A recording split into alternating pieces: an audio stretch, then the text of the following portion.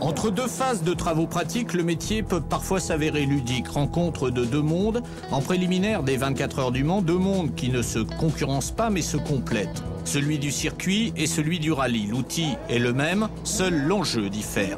Car en l'occurrence, ce jour-là, pour Nicolas Minassian comme pour Sébastien Loeb, il s'agissait seulement de s'amuser en faisant profiter le public.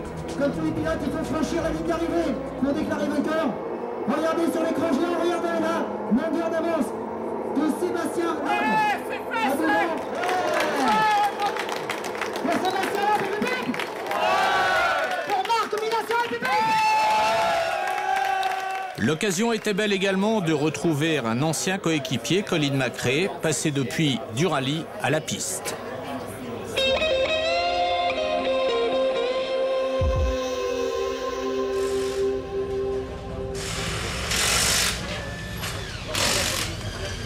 L'an dernier, le rallye de Turquie avait eu lieu plus tôt dans la saison, au sortir de l'hiver, et les organisateurs n'avaient pas eu le temps de nettoyer les routes. Mais les reconnaissances de cette année ont révélé que malgré ce changement de date, ces pierres énormes et innombrables, et qui sont autant d'agressions pour les mécaniques, ces pierres, malheureusement, sont toujours là. Ce qu'on a quand même demandé, c'est d'enlever les gros cailloux. C'est d'enlever les cocottes minutes qui traînaient au milieu de la route. Hein. C'était pas à la main. C'est turc, hein. Non mais il n'y en a pas tous les virages non plus. Hein. Il peut y avoir peut-être un tous les 2 km. Ils passaient l'arme dans toutes les spéciales. Hein. Ils allaient envoyer les gens des spéciales pour vérifier l'état et enlever là où il y avait des problèmes. Et s'il y avait des éboulis, ils m'ont dit qu'ils nous préviendraient pour qu'on puisse le marquer dans les notes. Nous ne sommes pas encore entrés dans la course et certaines préoccupations en plein Euro de football sont encore ailleurs, en l'occurrence au Portugal. Tu veux faire une tête et ça part dans le mauvais sens, quoi. Tu es endormi à quelle heure? T'as regardé le match? À 1h30. T'as regardé le match? Bonjour.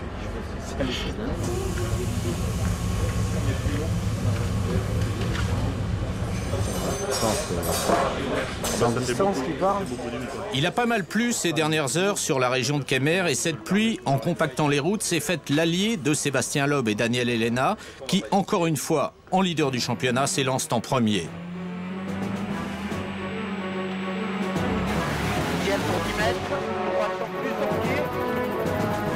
La route est humide, boueuse, bref, cette route pénalise plus ceux qui roulent derrière. Carlos Sainz, par exemple, doit lui s'accommoder d'une voiture qui s'alourdit de kilomètre en kilomètre.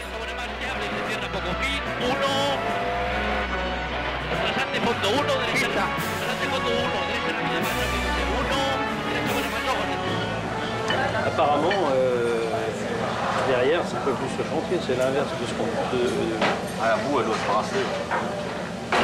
Carlos, il a pris 30 kilos de terre sur la voiture. 30 kilos de terre. Alors que toi, t'as presque rien. C'est plus que toi. Hein? De plus que moi? Et vous faites quoi alors?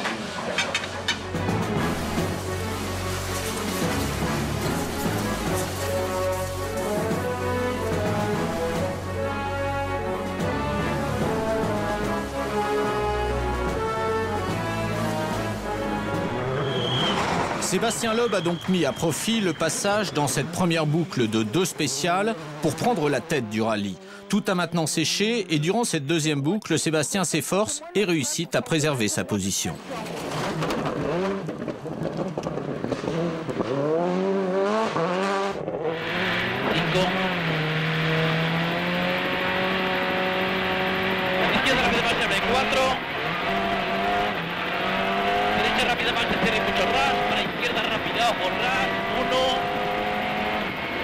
Carlos Sainz fait lui la constatation inverse, ses temps s'améliorent graduellement jusqu'à ce temps scratch dans la 5e spéciale, temps réalisé à l'arraché dans un dédale de pierres assassines.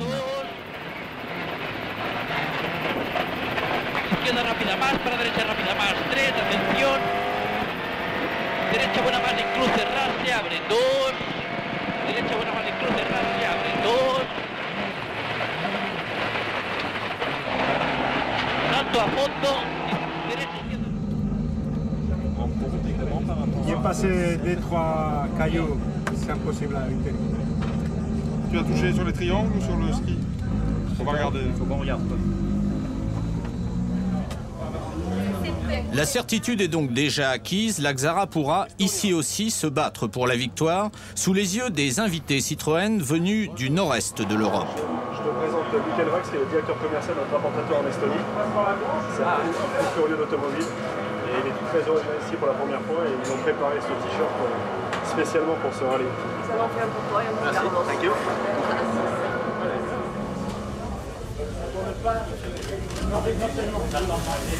Merci, c'est super. Merci beaucoup. Merci. Sous les yeux également de l'ancien coéquipier venu en droite ligne des 24 heures du Mans, manifester son attachement à son ancienne équipe. Colin, Sure. Hi, Guy. how are you? Good. Thank you. Congratulations for the Le Mans. Thank you. No, it was a good experience. Yeah, good result also. Yeah, sure. Not bad for a beginner. Sure. For a rally driver. Yeah. For a Rocky man. Yeah, cheers. 4 mètres, gauche 40 épingles. 250 mètres. Allez, 250 mètres. La suite et la fin de la journée seront conformes au plan de route imaginable. Sur un terrain qui maintenant ne lui est plus favorable compte tenu de sa position d'ouvreur, Sébastien Loeb ne lâche aux autres que quelques poussières de secondes.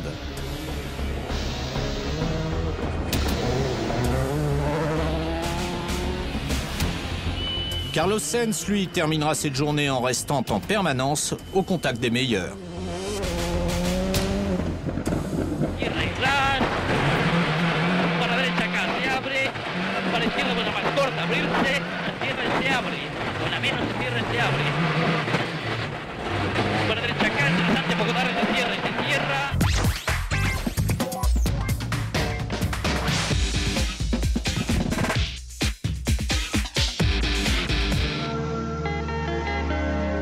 Carlos Sainz ne le sait pas encore, mais il s'apprête à vivre, le lendemain, une des pires journées de sa carrière de sportif.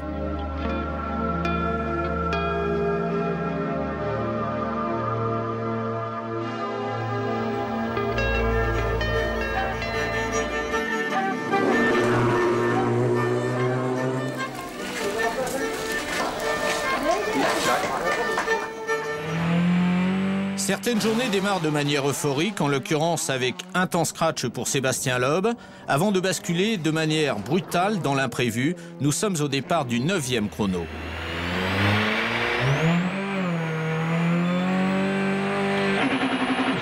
Oh.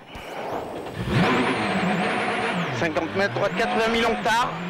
Sur gauche 60. Et à quelques kilomètres de là, le patron de Citroën Sport s'informe avant de jouer à fond son rôle de patron dans une transparence totale vis-à-vis de tout l'entourage de l'équipe. Tape pas. Ça n'est pas de sa faute, c'est de la nôtre. On a une stratégie de départ automatique où il n'a rien à gérer, même pas la pédale d'embrayage, c'est-à-dire qu'il tient le frein à main et juste avant le départ, il lâche le frein à main. Malheureusement, il y a eu un petit problème sur cette stratégie qui a emballé le moteur avant, 5-10 secondes avant le départ, qui lui a provoqué un jump start, c'est-à-dire qu'il a démarré un petit peu avant son temps idéal, et de là, il se prend 10 secondes de pénalité. En plus, le moteur cale, donc il perd 8 secondes, et à la fin, il arrive sur un freinage tardif, un peu brutal, il bloque les roues, les 4 roues bloquées, moteur calé, voiture arrêtée, redépart, et à nouveau il perd encore un peu de temps. Gauche 120 plus, gauche 120 plus, et devient étroit, et droite 140 moins 1000 €. Devient étroit, et droite 140 moins 1000 €. Ok.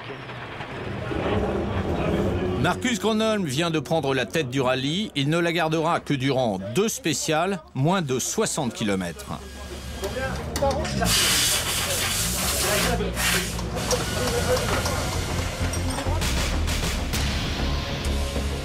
Mais à un contretemps en succède immédiatement un autre, et peut-être plus grave, car Carlos Sainz, dans la fournaise, est pris de malaise.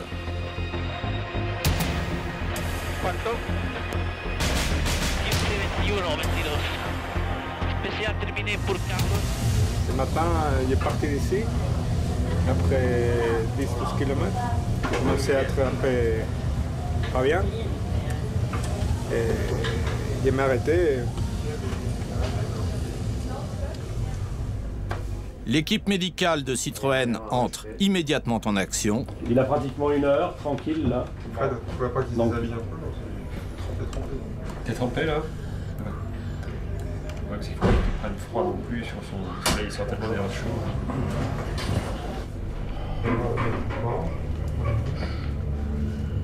S'il a des crampes, c'est qu'il boit pas. Tu bois pas assez, Carlos, à mon avis. Non, c'est pas aussi simple. Non? Il y a peut-être un autre petit truc, mais bon, sans analyse, sans rien du tout, on peut pas savoir. À mon avis, il y a un problème métabolique en dessous.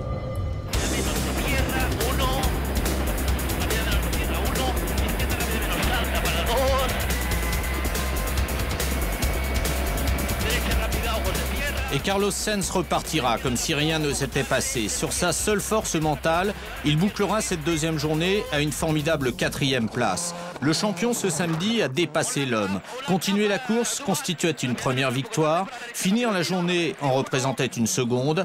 Par son abnégation et son courage, l'Espagnol, une fois de plus, a impressionné l'équipe Citroën.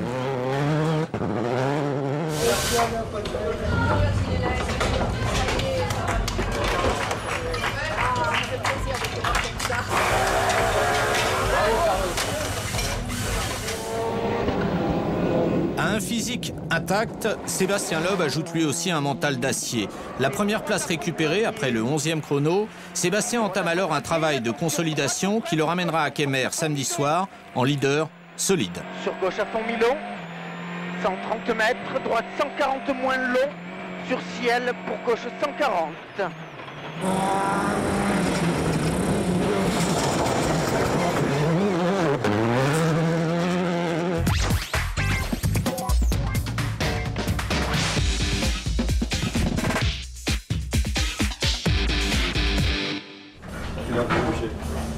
J'ai hésité, hein. La nouvelle est tombée trop tard la veille au soir pour que Sébastien Loeb en ait eu connaissance. La vidéo a démontré que Sébastien n'avait pas anticipé le départ. Exit la pénalité de 10 secondes. C'est un capital très important pour démarrer ce matin quand même. Les 10 de plus là.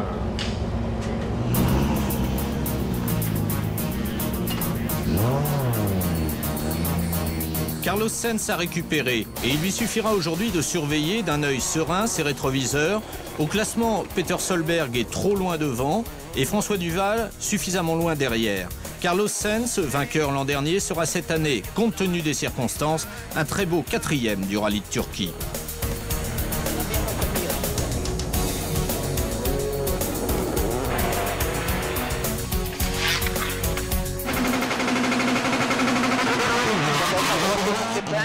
Sébastien Loeb va lui, tout au long de cette dernière journée, réaliser le sans faute qui va tout à la fois lui apporter sa 4e victoire personnelle de la saison et offrir à la Xara WRC le 10e succès de son histoire en championnat du monde. Plus étroit sur attention, 80 mètres.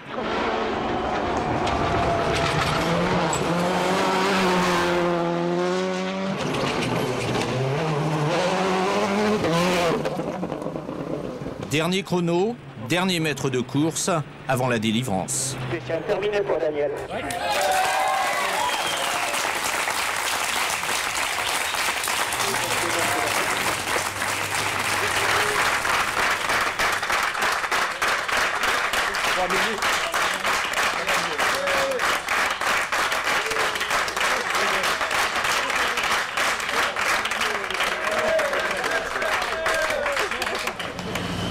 Sébastien et Daniel étaient à ce moment-là les seuls à le savoir, mais un roulement est en passe de casser à l'arrière de la voiture. Personne n'a le droit d'intervenir.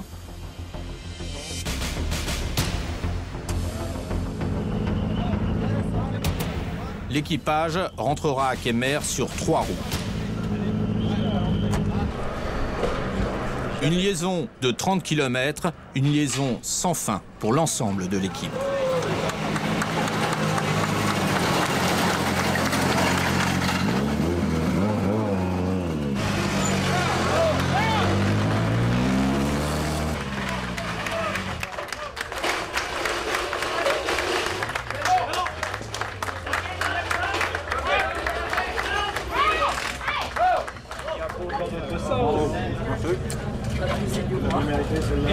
Tu la dois à personne.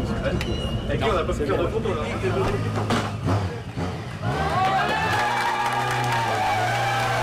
Et cette explosion finale, après une dernière assistance de 20 minutes, cette explosion aura puisé son intensité dans ses angoisses ultimes.